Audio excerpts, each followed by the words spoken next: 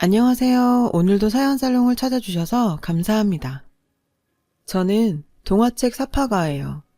프리랜서라서 작업은 재택근무를 하고 있어요. 남편은 친구와 함께 컴퓨터 관련 회사를 운영하는데 벌이가 꽤 괜찮은 편이죠. 우리 집엔 저랑 남편 외에 시아버님도 함께 살고 있어요. 사실 아버님과 함께 사는 게 쉬운 일은 아니에요. 아무래도 집안에 어른이 계시다 보니 신경 쓸 게 많거든요. 이런 절 보고 주변에선 대단하다고들 해요. 시아버님 모시는 게 뭐 그리 대단할 일이냐고요? 사실 거기엔 약간의 사정이 있거든요. 가슴 아픈 가정사가요. 저희 아버님은 몸이 안 좋으세요. 거동이 불편하실 정도로요.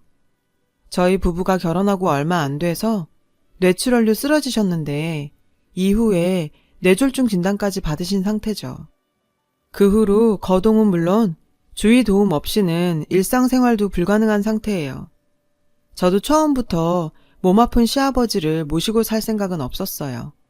상황이 그러니 모시게 된 거죠. 제 남편은 사남매 중에 막내로 위로 형 둘과 누나 한 명이 있어요. 남편이 그러는데 자기는 어려서부터 집안의 눈엣 가시였대요. 어머님과 형들 그리고 누나한테요. 이미 든든한 두 아들과 살림 미천인 딸까지 있으니 딱 됐다 하는 찰나에 계획에 없는 넷째가 태어나서 어머님은 무척 황당하셨다나 봐요. 먹고 살기도 힘든데 입만 늘었다고요. 그래서일까요? 남편은 어린 시절을 생각하면 암울한 기억뿐이래요. 늘 혼났던 기억과 어머님의 푸념이 떠올라서죠. 넌 태어나지 말았어야 했어. 자신을 낳아준 엄마한테 그런 말을 듣고 살았으니 어린 나이에 얼마나 상처가 됐겠어요. 언젠가는 하도 억울해서 악을 쓰고 대들다 죽도록 맞기도 했다더군요. 엄마가 그럴 정도니 형제들은 또 오죽했겠어요. 어린 동생을 보살펴주긴커녕 늘 종부리듯 했다더라고요. 그런 남편에게 유일한 버팀목은 아버님이셨죠. 당시 시부모님은 주말 부부셨는데 아버님 일터가 지방에 있어서 그랬대요. 금요일 밤에 오셔서 일요일 저녁에 다시 내려가셨는데 그래서 남편은 늘 금요일 밤을 손꼽아 기다렸다더군요. 아버님은 자식들을 차별하진 않았지만 유독 막내인 남편을 특히 아끼셨대요. 볼 때마다 안아주고 놀아주실 정도로요. 그러니 남편이 아버님을 좋아하지 않을 수가 없었겠죠. 아마도 어머님이 남편을 못마땅해 하는 걸 알고 계셔서 더 그러셨는지도 모르겠어요. 방학이 되면 남편은 아버님을 따라 아버님 숙소에서 지내곤 했대요. 집에 있는 것보다 그 편이 더 좋았다고 하더라고요. 자신을 유일하게 사랑해주는 아버님이 아니었다면 자긴 일찌감치 나쁜 선택을 해서 세상에 없었을지도 모른다고 하더군요. 남편을 살린 건 아버님의 사랑이었어요. 그래서 남편은 아버님을 기쁘게 해드리려고 공부도 열심히 했고 엄마와 형제들의 구박도 꿋꿋이 참고 버텼대요. 그렇게 중학교 3학년이 된 남편은 충격적인 일을 겪게 되었는데 그건 바로 어머님의 외도였죠. 몰래 남자들을 만나고 다니는 걸 남편이 목격한 거예요. 한 번은 아버님이 안 계신 틈을 타 새벽녘에 애인을 안방까지 불러 관계를 갖기도 했다더군요. 사춘기였던 남편은 충격을 받았지만 아버님께 알릴 용기가 나지 않더래요. 혹시라도 부모님이 이혼을 하시면 아버님과 떨어져 살게 될까봐 어린 마음에 두려웠겠죠. 그래서 어머님에 대한 분노를 속으로 삭힐 수밖에 없었고요. 그래서 더욱 공부에 매진했대요. 꼭 성공해서 아버님과 둘이 살려고요. 성적이 좋았던 남편은 대학에 가고 싶었지만 집안 형편을 알기에 욕심을 부릴 수만은 없었죠. 그렇다고 손 놓고 포기할 수도 없었고요. 그래서 중학교 3학년 때부터 그 나이에 할 수 있는 아르바이트는 다 했다나 봐요. 하지만 중학생 벌이가 오죽했겠어요. 고작 해야 용돈벌이 정도였죠. 그래서 빨리 취직해 돈을 벌어야겠다는 생각에 고1 담임선생님께 상황을 얘기했더니 성적 장학금을 노려보면 어떻겠냐고 조언해 주시더래요. 그렇게 다시 남편은 희망이 생겼고 전보다 열심히 공부에 매진했대요. 게다가 이후로도 담임선생님은 많은 도움을 주셨고, 덕분에 남편은 수능시험에서 고득점을 받을 수 있었죠. 이후 선생님께서는 장학금을 받고 입학할 수 있는 학교까지 알아봐 주셨대요. 그 덕분에 남편은 원하던 대학에 들어갈 수 있었고요.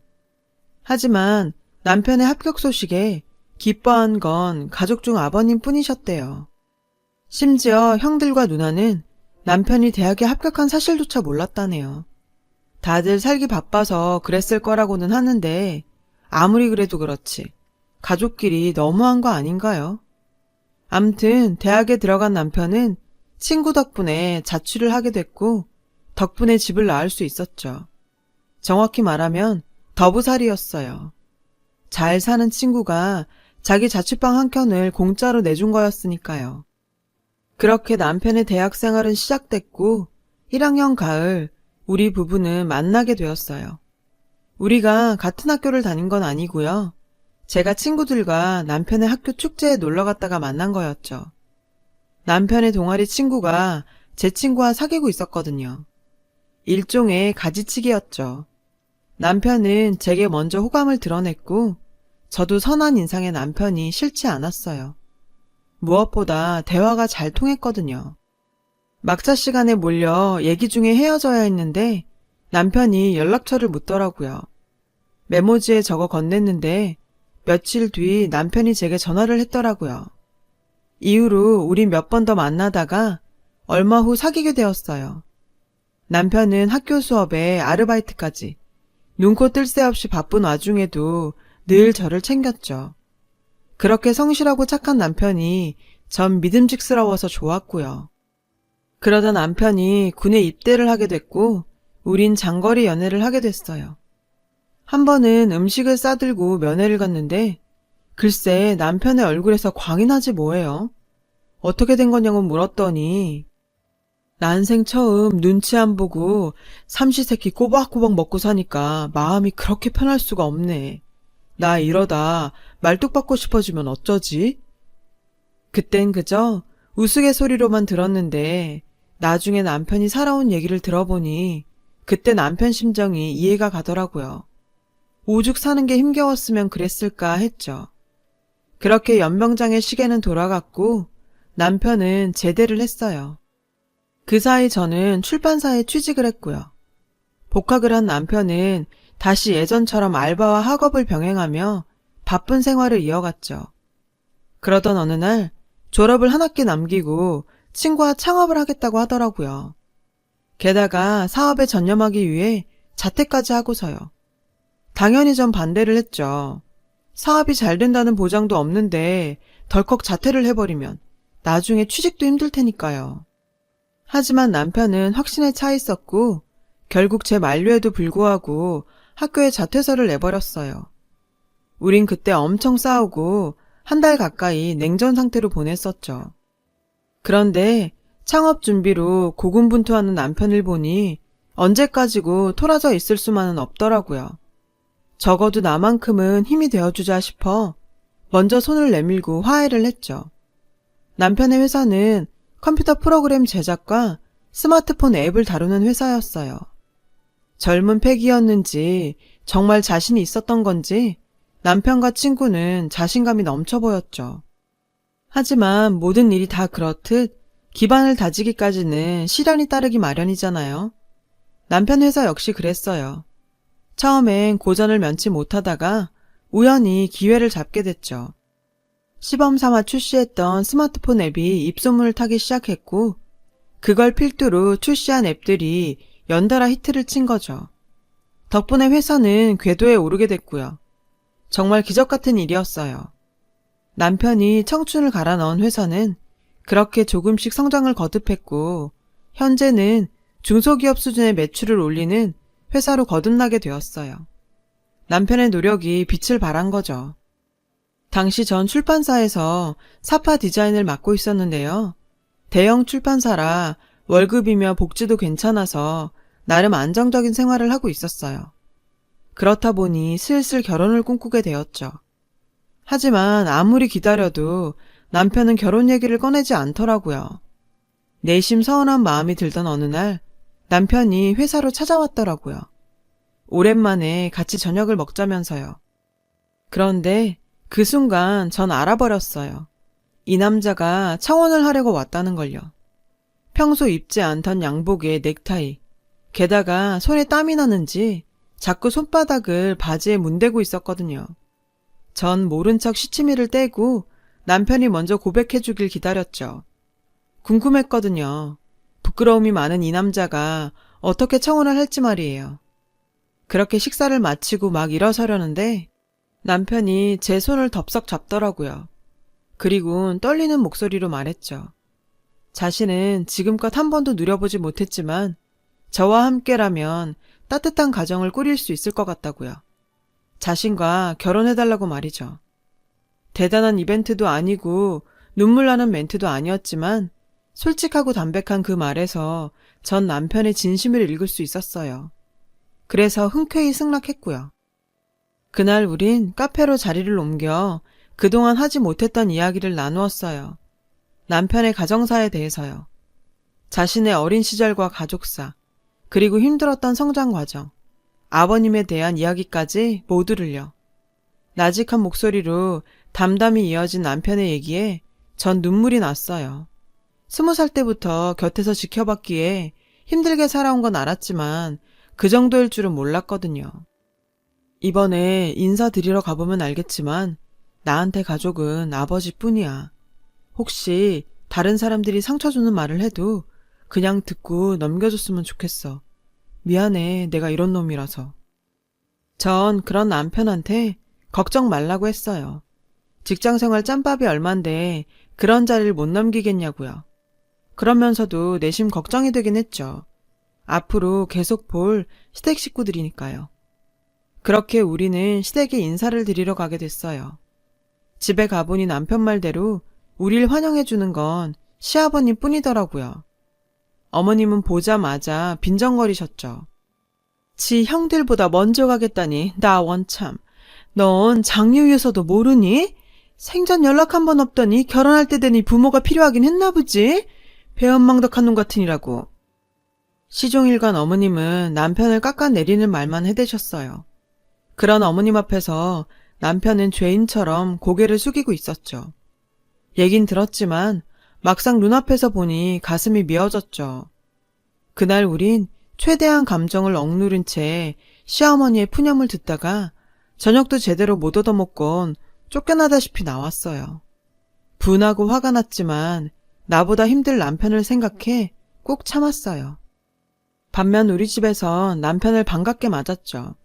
이미 부모님과는 학부 때부터 얼굴도 익힌 데다 밥도 몇 번 먹었던 사이라서 마치 아들 대하듯 자연스럽게 대해주셨거든요. 남편도 자기 집에서와는 달리 밝고 활기찬 모습이었고요. 그런 모습을 보니 저도 덩달아 기분이 좋더라고요. 가여운 사람, 처가에서라도 대접받고 살게 해야겠다 마음 먹었죠. 그리고 얼마 뒤 양가 상견례가 있었어요. 바로 전날까지 전 시어머니 때문에 걱정을 많이 했는데 웬일인지 상견례 자리에서는 멀쩡히 행동하시더라고요. 아무래도 사돈 앞이라 그런 거겠지만요. 우린 둘 다 모은 돈이 많지 않아서 조촐하게 친척들과 친구들만 불러 식을 올리기로 했어요. 그렇게 결혼식 당일이 되었고 우린 별탈 없이 식을 올릴 수 있었어요. 그런데 결혼하고 얼마 안 돼 일이 터지고 말았죠. 아버님이 쓰러지신 거예요. 병원에 가보니 뇌졸중이라고 하더군요. 그런데 그 말을 들은 시어머님이 세상을 다 산 사람처럼 곡을 하시지 뭐예요. 전생에 내가 무슨 죄를 지어서 저 인간 병수발까지 해야 돼? 지질이 복도 없지. 아이고 내 팔자야. 사람들이 쳐다보는데도 아랑곳 않고 자신 팔자 타령을 하시더라고요. 그 모습을 본 남편은 주먹을 부르르 떨었어요. 전 혹여 남편이 무슨 짓이라도 벌이지 않을까 가슴을 조였죠. 한참을 곡을 하던 시어머님은 저희 부부를 보며 그러시더군요. 니네 형 누나들 바쁜 거 알지? 보니까 니네가 제일 한가한 것 같던데 집에 들어와서 네 아버지 간호 좀 해라. 새아기 너도 어차피 결혼을 했으니 일 그만둬야 할 거 아니니? 시집 온 지 얼마 안 된 며느리한테 시아버지 병수발 떠넘기는 것도 모자라 뭐가 그리 당당한 건지 이해가 안 됐죠. 게다가 들어와서 병수발을 하라니 말인즉슨 시집살이를 하라는 거잖아요. 하루아침에 시집살이에 병수발까지 하게 되다니 기가 막혀서 말도 안 나왔죠. 아버님 간호까지는 어떻게 봐주겠지만 그래도 이건 아니죠. 그런데 남편은 흔들리는 것 같았어요. 그날 밤 남편은 제게 아버님을 우리가 모셔야 할 것 같다고 하더군요. 하지만 그러기에 우리 집은 무리였죠. 세 사람이 살기엔 저희 집이 좁았거든요. 게다가 환자를 모시는 거라 더더욱이요. 그런 제 말에 남편은 눈물까지 흘리며 부탁을 했어요. 그 눈물을 보니 저는 안 된다고만 할 수는 없었죠. 그래서 그래, 내가 한번 접어주자 했죠. 그렇게 우린 시댁과 합가를 결정했어요. 전 출판사에 사직서를 내고 본격적으로 아버님 병간호에 나섰죠. 근데요, 제가 어머님 대신 당신 남편 병수발까지 들고 있는데도 어머님은 손 하나 까딱 안 하시지 뭐예요.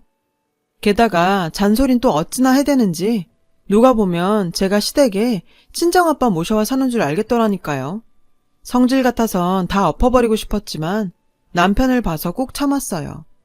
비록 거동은 힘드시지만 볼 거 들을 거 다 하시는 아버님은 절 볼 때마다 눈시울을 붉히시며 어눌한 말투로 미안하다고 하시더군요. 그 모습이 어찌나 짠하던지 울컥했죠. 그와는 달리 어머님은 절 괴롭히는 것도 모자라 툭 하면 아버님 옆에서 빨리 죽으라고 곡을 하셨죠. 아우, 저 인간 차라리 빨리 요단강이나 건널 일이지. 정말 인간 같지도 않더라고요. 아버님 앞에서 서슴없이 그런 소리 해대는 걸 볼 때마다 전 오기가 생겨서 아버님 간호를 그만둘 수 없었어요. 보란듯이 잘 해내겠다 마음먹었죠. 남편은 남편대로 늘 제게 미안해했어요. 살림하랴 시집살이하랴 아픈 시아버님 간병하랴. 솔직히 지금도 그때 일을 생각하면 우라가 치밀곤 해요. 그런데 문제는 이게 다가 아니었어요. 남편과 제가 둘이 벌어 살다가 남편 혼자벌이로 살림을 해야 하는 판에 시어머니의 아픈 시아버지까지 돈 들어갈 곳은 늘어났고 그러다 보니 가게는 점점 구멍이 나기 시작했거든요. 그러던 어느 날이었어요. 장을 보고 집에 왔는데 아버님이 안 계시는 거예요. 거동도 불편하신 분이 혼자 밖에 나가셨을 리도 없고. 그래서 어머님께 달려가 아버님 행방을 물었죠. 그런데 글쎄, 요양원 갔어. 이러시지 뭐예요. 저는 갑자기 무슨 요양원이냐고 되물었지만 어머님은 엉뚱한 소리만 해댔죠. 내가 네 고생 덜어준 거야. 고마운 줄이나 알아. 내가 아는 지인이 운영하는 요양원이 있는데 거기서 받아주겠다고 하길래 보냈다. 돈 걱정은 말아라. 내가 낼 테니. 기가 막혔어요. 아니, 그런 일을 가족과 상의도 없이 도둑장가 가듯 치러요? 저는 당장 남편한테 전화해서 이 사실을 알렸어요. 그랬더니 남편이 한 걸음에 달려왔더라고요. 남편은 어머님한테 가서 아버님이 어디 계신지 당장 말하라고 다그쳤죠. 그런데 소용없었어요. 아무리 어르고 달래도 입을 꾹 다물고는 말을 안 하시더라고요. 그리고 얼마 뒤 저는 남편이 말했던 대로 어머님의 외도를 목격하게 되었어요. 집에 남자를 들이신 거죠. 도대체 어디서 남자들을 그렇게 데려오는지 정말 한심해서 말도 안 나오더라고요. 밤마다 안방에서 새어나오는 그 더러운 소리에 정말 토할 것 같았어요. 전 그때 난생 처음 사리를 느꼈다니까요. 도저히 참을 수 없어서 남편을 잡고 분가하자고 난리를 쳤죠. 남편도 그러고 싶어 보였지만 그간 보증금을 야금야금 헐어먹은 탓에 당장 직구할 돈이 없어서 참을 수밖에 없었어요. 그렇게 1년가량이 흘렀어요. 남편은 그 사이 전국 요양원을 다 뒤졌죠. 그런데도 아버님의 행방은 찾을 수 없었어요. 그러던 어느 날이었어요. 상황이 급반전되는 일이 벌어진 거예요. 그날은 주말이라 어머님과 남편 모두 집에 있었거든요. 그때 초인종 소리가 들렸어요. 나가보니 대문 앞에 아버님 연배의 어르신이 서 계시지 뭐예요. 혹시 집안 어른인가 싶어 남편을 불러서 아는 분이냐고 물었죠. 모른다더라고요. 그런데 내가 혹시 윤수냐? 제 남편 이름을 물으시더라고요. 남편이 그렇다고 했더니 대뜸 저한테 그럼 그쪽이 수연이겠구나, 윤수처. 제 이름까지 아시더라고요. 제가 맞다고 했더니 어르신은 제 손을 덥석 잡으시고는 울기 시작하셨어요. 그 소리에 안에서 어머님이 나오셨죠. 그런데 어르신이 어머님을 보더니 갑자기 돌변해선 어머님 머리채를 휘어잡지 뭐예요. 어머님은 머리가 잡힌 채 나 죽는다고 고래고래 소리를 치셨죠. 남편은 간신히 어르신을 떼어놓았어요. 어르신은 여전히 화가 안 풀리시는지 씩씩대며 그러시더군요. 망할 것. 멀쩡한 지 남편을 버리고 어디 뻔뻔하게 얼굴을 디밀어. 천벌받을 년 같으니라고. 어르신은 어머님을 향해 욕설을 내뱉으시군 남편 손을 잡아 끄셨어요. 윤수야, 가자. 네 아버지 찾으러. 어르신의 말에 남편은 동요하기 시작했죠. 그리곤 뭐에 홀린 사람처럼 차키를 들고 나와 어르신과 저를 태웠어요. 그런 남편을 보고 어머님은 콧방귀를 뀌며 그러시더군요. 저 미친 영감탱이가 퍽이나 알겠다. 남편은 그러거나 말거나 차에 시동을 걸었어요. 전 일단 자초지종부터 듣고 움직여도 움직이자 했지만 남편은 아버님 얘기에 눈이 뒤집혀서 막무가내였죠. 남편은 어르신이 건넨 주소를 향해 차를 몰았어요. 솔직히 전 반신반의했고요. 그런데 달리는 차 안에서 어르신이 그러시는 거예요. 아버님과 어르신은 수십 년 전 군대에서 만난 선후인 관계라고요. 군대에서 괴롭힘을 당하던 어르신은 이러고 사느니 차라리 죽자 결심을 했고 보초를 서던 중 죽을 결심을 했었대요. 그때 어르신의 총구를 막아선 게 아버님이셨죠. 아버님이 그러셨대요. 저런 버러지 같은 것들 때문에 왜 내가 죽어야 하느냐고. 죽고 싶으면 차라리 그 정신으로 살아서 복수하라고요.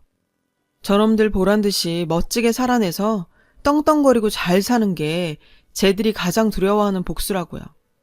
죽어봐야 개죽음밖에 더 되겠냐고. 그 말에 정신이 확 들더래요. 그래서 그날부터 죽기 살기로 악을 쓰고 사셨대요. 아버님은 제대하는 그날까지 어르신을 곁에서 지켜주었고 그렇게 두 분은 의형제로 지내셨다고요. 하지만 제대 후 얼마 안 돼 어르신 가족은 미국으로 이민을 가게 되었고 타지에서 먹고 사느라 바빠서 연락도 못하고 사셨다고요. 그렇게 아버님과 연락이 끊어진 거죠. 그러다 은퇴 후 생활에 여유가 생겼고 유독 아버님 생각이 간절해서 무작정 한국을 방문하셨었대요. 수소문 끝에 가까스로 아버님과 재회할 수 있었다네요. 얘기를 들어보니 우리가 결혼을 하던 그 시기쯤 같았어요. 이후로 한동안 통화도 하고 편지도 주고받았었는데 갑자기 또 연락이 끊어졌다더군요. 아마 아버님이 쓰러지신 그 시기였던 것 같았어요. 그런데 얼마 전 아버님한테 편지 한 통이 도착했고 편지를 보곤 한국으로 바로 들어오셨다더군요. 지금 찾아가는 주소지가 바로 편지에 적힌 주소였대요. 편지엔 삐뚤빼뚤한 글씨로 빼곡히 차 있었는데 그 내용을 읽고는 도저히 참을 수가 없었다고 하시더군요. 편지의 내용은 대략 이러했어요. 어머님이 애인과 작당해 자신을 외진 요양원에 보내버렸고 유일하게 자신을 보살펴주던 막내 아들 내외와도 연락을 끊어버렸다고요. 이 편지를 받거든 막내 아들 내외를 찾아가 자신이 있는 곳으로 와달라고 부탁 좀 해달라고요.